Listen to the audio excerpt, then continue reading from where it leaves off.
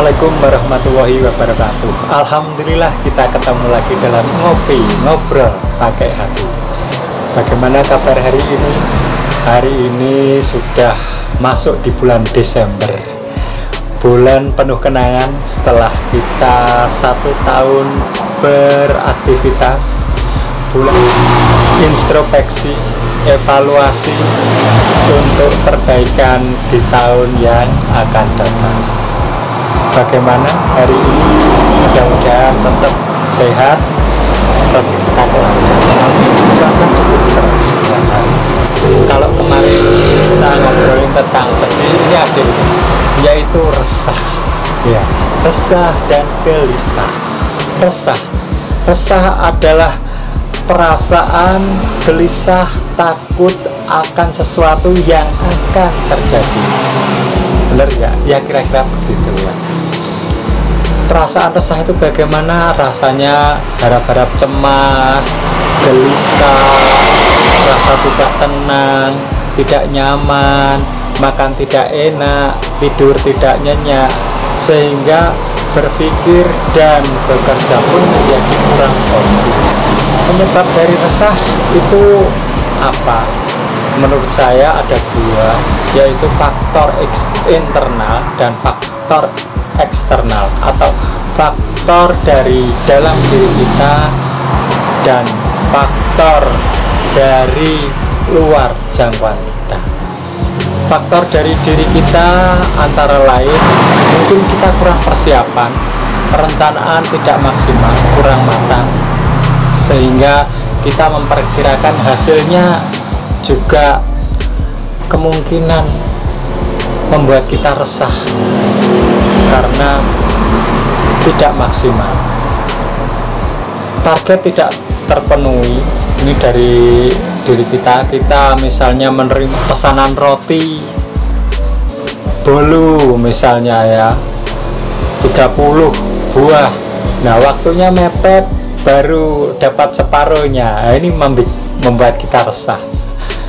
Kemudian kesalahan yang telah kita lakukan, misalnya kita berbohong pada pimpinan, korupsi, selingkuh, atau lainnya, yang nanti kalau ketahuan itu kita takut akan hal itu. Mengerti ya maksud saya? Misalnya nanti kalau ketahuan istri bagaimana saya selingkuh, oh nanti kalau ketahuan pimpinan bagaimana saya bohong, nah dan sebagainya. Ini kesalahan yang telah kita lakukan sendiri. Kemudian yang membuat resah dari dalam diri kita mungkin juga karena kurang menguasai terhadap sesuatu tetapi dipasrahkan kepada kita. Misalnya pimpinan memberikan tugas kepada kita tetapi kita tidak menguasai bidang itu. Anda spesialis ya, Mas Mukib, membuat donat misalnya, tetapi Anda mendapatkan pesanan bolu yang Anda sendiri belum menguasainya, ini akan membuat resah juga.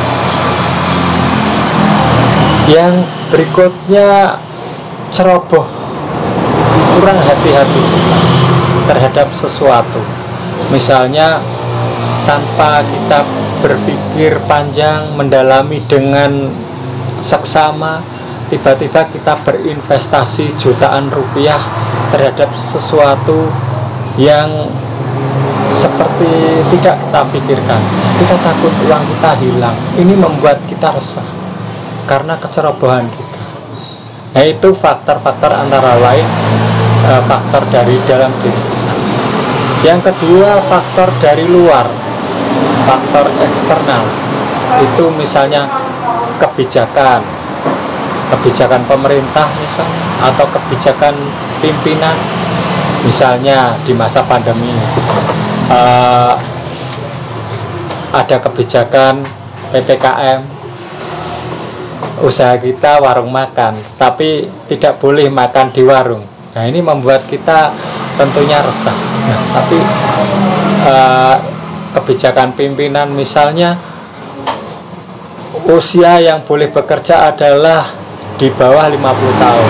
50 tahun ke atas harus berhenti, atau ada tes baru lagi terhadap pekerjaan atau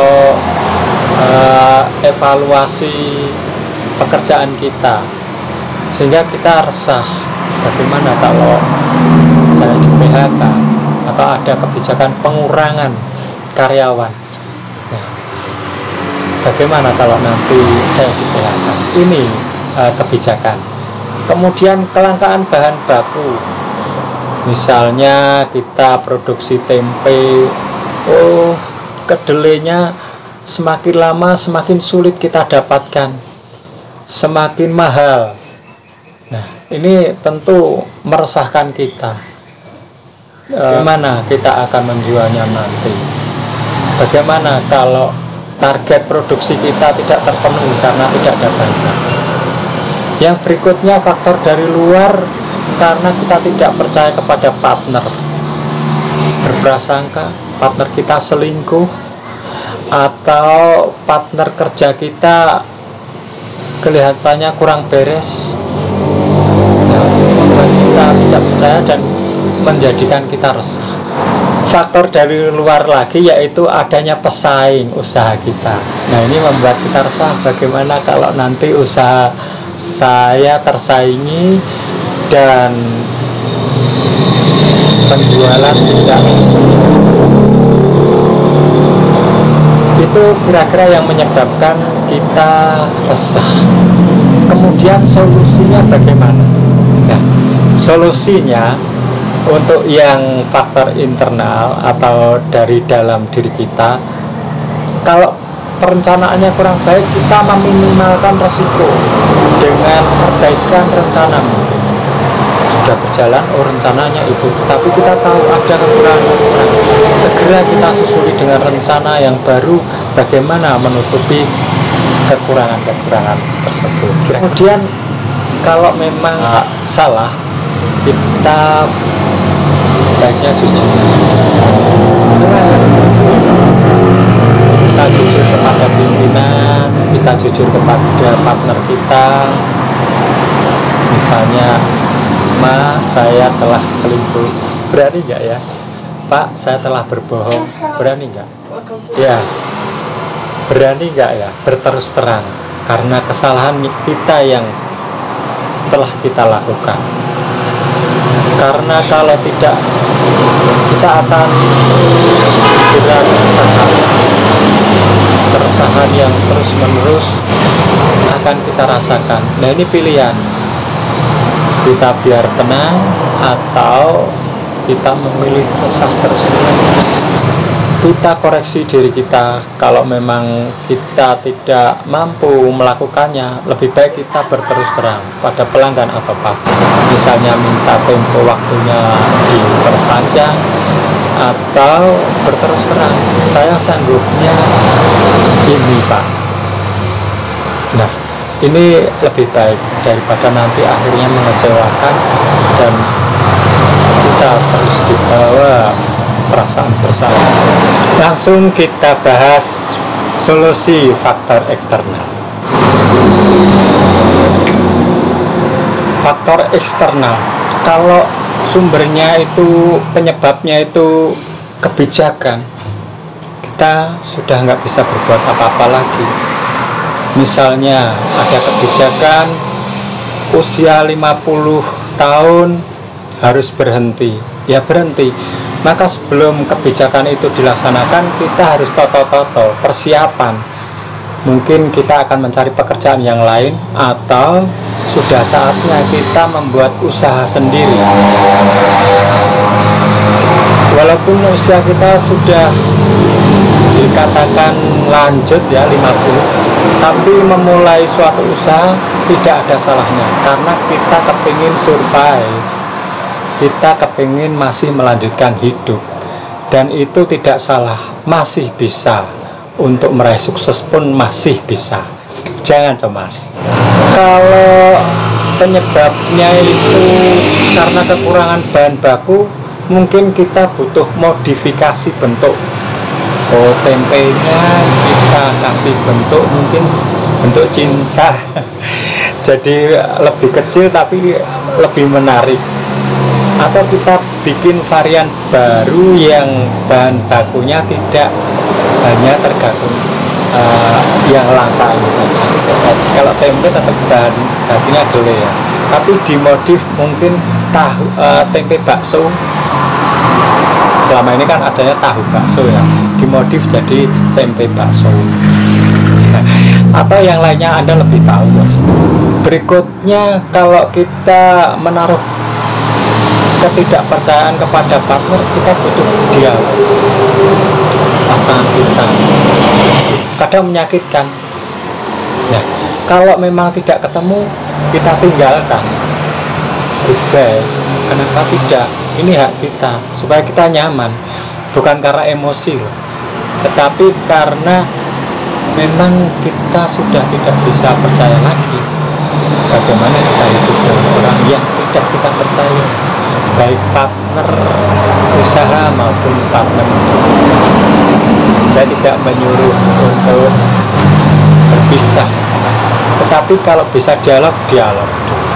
Kemudian buat surat perjanjian yang legal. Apabila ada penyelewengan seperti ini, saya bersedia ini, supaya kita tenang di dalam melakukan usaha atau berpartner dengan mereka. Kalau ada pesaing, kita meningkatkan kualitas kita perbaiki pelayanan kita.